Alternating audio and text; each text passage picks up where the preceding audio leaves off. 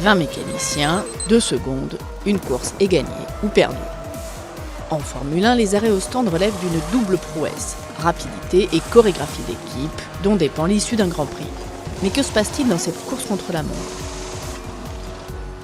La voiture quitte la piste, guidée dans le stand. Elle se gare dans une position très précise, immédiatement soulevée à l'avant et l'arrière d'environ 5 cm. Toutes les communications radio sont coupées, concentration essentielle. Pour changer une roue, il faut 3 mécaniciens. L'un tient un pistolet à air comprimé équipé de douilles aimantées destinées à retirer puis refixer les boulons. Un autre retire la vieille roue. Le troisième fixe la nouvelle. En un arrêt, les 4 roues sont changées. D'autres mécaniciens peuvent effectuer d'autres changements, remplacer une pièce endommagée ou ajuster les ailes.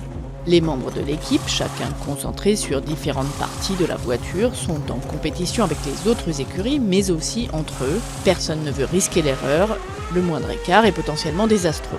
Le mécanicien supervisant le processus libère la voiture quand tous ont fini. Au feu vert, elle repart.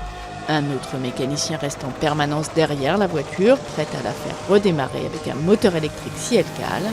Quand il était encore permis de faire le plein, les arrêts au stand duraient 6 à 12 secondes. En 2013, Ferrari et Fernando Alonso ont pour la première fois changé des roues en moins de 2 secondes.